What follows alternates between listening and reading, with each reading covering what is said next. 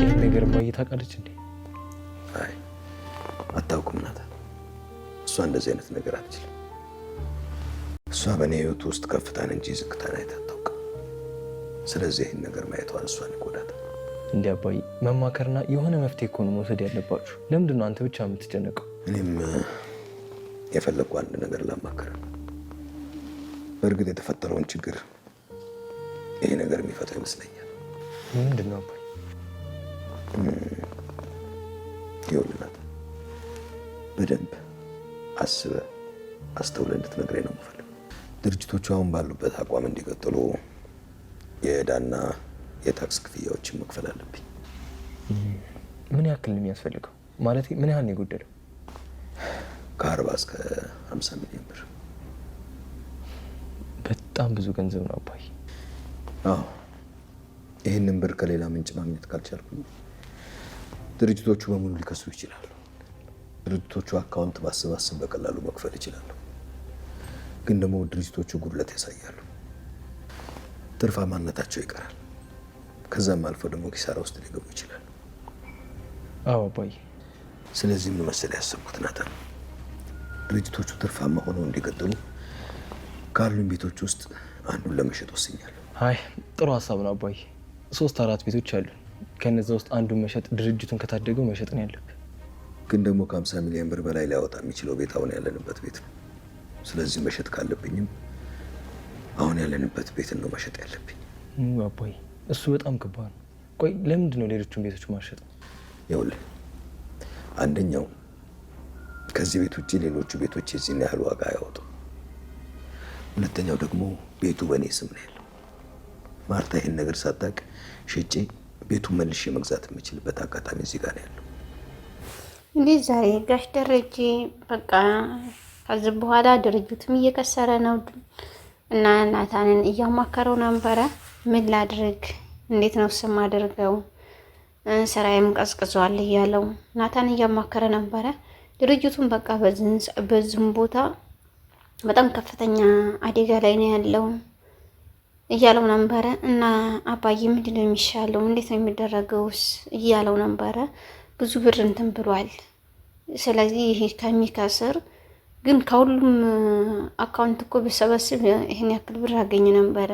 ግን ያን ባገኝም መልሶ አደጋ ላይ ነው የሚወድቀውና ድርጅቱ ከዚህ በኋላ ማግኘት አይቻልም፣ እንትን ማለት አይቻልም እያለው ነበረ። ለናታን ራሱ ሲነግረው የነበረው አሁን ከባድ ነው፣ እውነት መናገር ይከብዳል። አንድ ድርጅት ታምኖ ኃላፊነቱን ተሰጥቶ ያ ሰው ያን ኃላፊነቱን ሳይወጣ ሲቀር ከስሮ ሲወጣ በጣም ከባድ ቦታ ውስጥ ይጥላልና እንደዛ ብሎም በሚናገርበትም ሰዓትም እና አባዬ ምንድን ነው የወሰንከው? ምንድን ነው ያደረግከው? ይሄን ግን እማዬ ታውቃለች እንዴ እያለው ነበረ። እማዬ አታውቅም፣ እንድታውቅም አልፈልግም። ማርታ አታውቅም። ካወቀች ደግሞ በጣም ስለምትጨነቅ የሷን ጭንቀት ስለሚከብድ እኔ ለሷ መናገር አልፈልግም፣ አልችልም። እሷ ሳታውቅ ነው ሁሉም ማደርገው እያለው ነበረ። እና ታዲያ ሳው ምን ይሻላል አባዬ ሲለው ራሱ በቃ እኔ እንግዲህ ምንም አማራጭ የለኝም፣ ከቤቶቹ አንዱን ቤት ልሸጠው ነው እና ኋላ ላይ ድርጅቱ ተስተካከለ በኋላ እኔ መልሼ እገዛዋለሁ እያለው ነበረ። እሺ አባዬ እንዴት ነው? አዎ እሱ ሀሪፍ የተቀደሰ ሀሳብ ነው። ምክንያቱም ብዙ ቤቶች አሉ፣ ከነዛ ከብዙዎቹ መካከል አንዱን ብትሸጥ ይሆናል እያለው ነበረ። ደግሞ መሸጥም ያለብኝ ይህን አሁን ያለሁበትን ቤት እንጂ መሸጥ ያለብኝ ያኛውን አይደለም። ሌላም ዋጋ ያወጣልንም የተጠየቁት ዋጋ ከ40 እስከ 50 ሚሊዮን ብር ነው እያለ ነበረ። እንዴ አባዬ ታዲያ ይሄማ ከባድ ነው። እማዬ ታውቃለች እንዴ ታዲያ እንዴት ይሄን ቦታ ትሸጣለህ? ይሄ እኮ በጣም አሪፍ ቤትና ቦታ ነው፣ እንዴት ይሄን ትሸጣለህ እያለው ነበረ። እገዛለሁ፣ ችግር የለም ናታንን ቢሸጥም ችግር የለም እገዛለሁ፣ ምንም ችግር የለም እያለው ነበረ ማለት ነው። እንግዲህ ማርታም አታውቅም፣ ቤቱ በእኔ ስም ነው እያለ ነበረ። እውነት መናገር ይከብዳል። አሁን ደግሞ የለኛ ጥፋት ሊያጠፋ ነው ጋሽ ደረጀ። ያዙልን ያገር ያለ በእውነቱ ነገር ያንን ጸጸት ሳይአልፍ ደግሞ አሁን መልሶ ሁለተኛ ሶስተኛ ጸጸት ሊገባ ነው ማለት ነው። ምክንያቱም ያ ነገር አንዴ የተፈጸመ አይደለም። ይሄ ነገር ተደረገ አይደለ? ከተደረገ በኋላ መልሶ ደግሞ ሁለተኛ ይሄን ቦታና ቤት ቢሸጥ በስም ስለሆነ ሻጥክ፣ እውነት ይከፋታል። እንኳን እሷ ቀርቶ አይደለም እኛ ራሱ ተመልካቾች ይከፋናል። ምርጥ ቦታ ነው፣ ምርጥ ቤት ነው፣ ምርጥ ግቢ ነው። ከቤቱ ይልቅ በጣም ያስዋበውና የተዋበው የግቢው ማማር፣ የአረንጓዴ ልምላሜው ያ በጣም ያስከብራል ግቢውን። እንደዛ ሲለው ነበር። አይ እንደዛ ከሆነም አይቻልም እያሉ ይገኛል ማለት ነው። ኋላ ገዛዋለሁ፣ ጨምሬ ዋጋ ገዛዋለሁ፣ ናታን ችግር የለም እያለ ነበር። ይሄን ነገር ማየትስ ማባዬ ብቻዋን አትወስን፣ ምክንያቱም ይከብዳል እያሉ ነበረ። አዎ እውነት ይከብዳል። እንደዛም እያለ በቃ እኔ እንዳማክር የፈለግኩት ይሄን ነበረ። ናታን ከልብህ አድምጠህ እንትን ሰዓትከኝ አመሰግናለሁ። ይሄም ነገር ደግሞ ስናደርግ ማንም እንዲያውቅብኝ አልፈልግም፣ ማርታም እንድትሰማ አልፈልግም። ምክንያቱም ማርታ ከሰማች በጣም ትጨናነቃለች እና በጣም ትረብሻለች። ድርጅቱን መቀነሱን መክሰሩን አታውቅም እያለው ነበረ ማለት ነው። እንግዲህ እውነት ለመናገር በጣም ከባድ ነው ይሄ ያለው ነገር።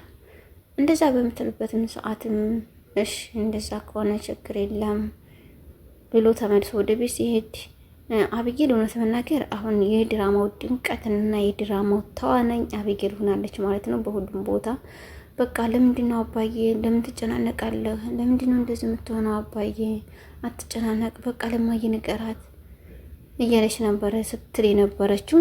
አሁን ደግሞ ናታን ራሱ አባዬ እንዴት ሆነ? አባዬ እኮ በጣም እየተጨናነቀ ነው፣ በጣም ከሳብኝ። ከአባዬ ዘንድ ነው ወይ የመጣሁ? ናታን ከማን ዘንድ ነው የመጣሁ እያለችው ነበረ።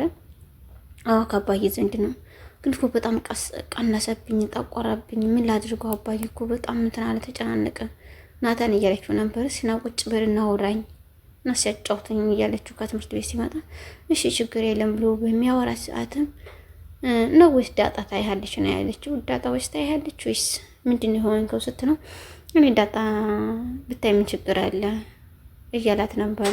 አታውራ ትላለች እንዴ? ከሷ ጋር እንዲያላይ ትላለች እንዴ? ሲል አረ አብጌል ታይ እንዴ ሷት በይ አትለኝም። ለምን ትለኛለች? እውነት ብለኛ አታውቅም ማለት እንደዛ በሚልባትም ሰዓትም በጣም እያሳዘነ እያለ እውነት በጣም ነው ያሳዘነችኝ። የምር ግን እኔ የሚመስለኝ ወንዶች ብቻ ነበሩ የሚመስሉኝ ጥፋተኞቹ። ለካ ሴቶችም ጥፋተኛ ነኝ።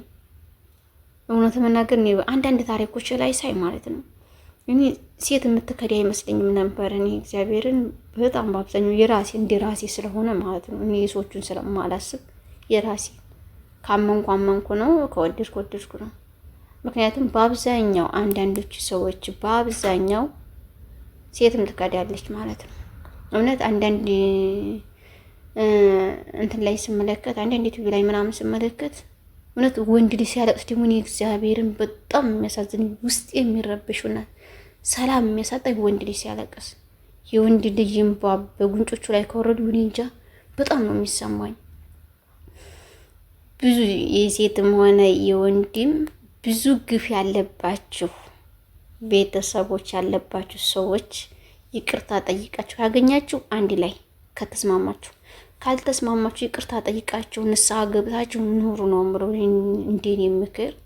እውነት እኔ በአብዛኛው ወንድ ነበር እንደዚህ እያስለቀሰ እየበላ እየቀማ እሷ እዚህ እየተሰቃየች እሱ እዛ በቃ የፈለገ ነገር ይሄ የሚያደርገው የሚመስለኝ እንደዛ ነበረ። ሴትም በሰው ህይወት ላይ ጢባ ትጫወታለች ማለት ነው። እንግዲህ እህቶቼ እውነት ለመናገር እናንተ እንዲያገፉ ምንም ይፈጠር ምንም መጀመሪያ አስበሽበት ልሰብበት ብለሽ አስበሽበት መግባት እዛ ቦታ ውስጥ ግዴታ ይልሻል። ምክንያቱም ትዳር ማለት ዝም ብሎ አይደለም። ትዳር ማለት ክቡር መኝታው ቅዱስ ነው ይላልና ክቡር ነው ትዳር ማለት አካል ለአካል መገናኘት ማለት ነው። እንግዲህ ያንቺን አካል እንደምወጁ እንደምታከብሪ ሁሉ የሱንም አካል መውደድ ማክበር ግዴታሽ ነው ማለት ነው። ያንቺን ቤተሰቦች እንደምትወጃቸው እንደምትንከባከቢያቸው እንደምትሳሽላቸው የሱንም ቤተሰቦች መንከባከብ ማሰብ መሳሳትም አለብሽ የሱን ቤተሰቦች ማለት ነው። እሱም በተመሳሳይ እንደዚሁ ያንቺን ቤተሰቦች መውደድ ያለበት የሱን ቤተሰቦች ሲወድ ያንቺን ቤተሰቦችን መውደድ ያለበት። ያንቺ ቤተሰቦች 10 ከሰጠ የሱን ቤተሰቦች 10 መስጠት አለበት። 5 ከሰጠ 5 መስጠት አለበት። አንቺም እንደዛው ከተመሳሳይ ከቤትሽ መጥተው ያንቺን ቤተሰቦች አሳምረሽ አስተናግዲሽ ሰድሽ እንደሆነ የሱን ቤተሰቦች ሲመጡ እንደዛው አስተናግዲሽ መስደት ግዴታሽ ነው። እውነት እኔ እግዚአብሔርን አንዳንዴ ሳስብ በጣም እገረማለሁ በዚህ ላይና ማለት በዛ አጋጣሚና በጣም እገረማለሁ። ምክንያቱም የሱ ባይወልዱት የሱ ቤተሰቡ ባይወልዱት እሱን ታገኘዋለሽ? አታገኘውም። የሷ ቤተሰቡ እሷን ባይወልዱት አንተ ታገኛታለህ? አታገኛትም። ስለዚህ መወደድ ካለበት የሷንም ቤተሰቦች መውደድ ነው፣ ያንተን ቤተሰቦች መውደድ ነው። እንዳንድ አምሳል ማየት ልጁን ከወደደች እስከ ቤተሰቦቹ ምንም ችግር ቢኖርባቸው ምንም ቢሆንባቸው የሷን ቤተሰቦች እንደዛው ነው። እኔ የምለው ቤተሰብ እውነት መልካም አፍቃሪ ጥሩ መልካም ትዳር ይስጣችሁ ይስጣን ነው የምለው። ያልታሰበ እንጀራ ይስጣን። እውነት መናገር እርፍ የምንልበት እርፍ የሚልበት ወንድም እርፍ የሚልበት ትዳር ይስጣው፣ ሴትም እርፍ የምትልበት የተባረከ ትዳር መልካም ልጆች አፍርተን ለማብቃት ለመባረክ ያብቃን በልጆቻችን እና ቤተሰብ በአብዛኛው እንግዲህ እንደዚህ እየተደረገ ይገኛል ማለት ነው። እንግዲህ አብዬልም እንደዛ እያለችው ትገኛለች። በቀጣይ በአዲስ ነገር ስለምንገናኝ መልካም ጊዜ እያልኩ ከዚሁ ሰናበታለሁ ቤተሰብ።